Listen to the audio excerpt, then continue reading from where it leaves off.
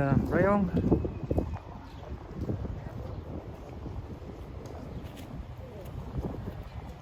Look at all the boats.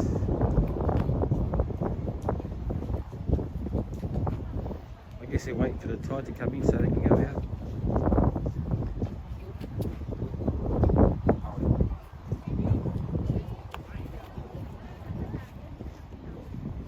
If you're enjoying this sort of content, please consider subscribing to the channel and give us a big thumbs up.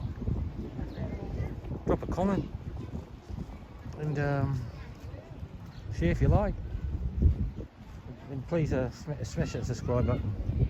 Really helps the channel grow. I'll just zoom in a bit here for you. Yeah, this village is right next door to the aquarium in Rayong, Thailand.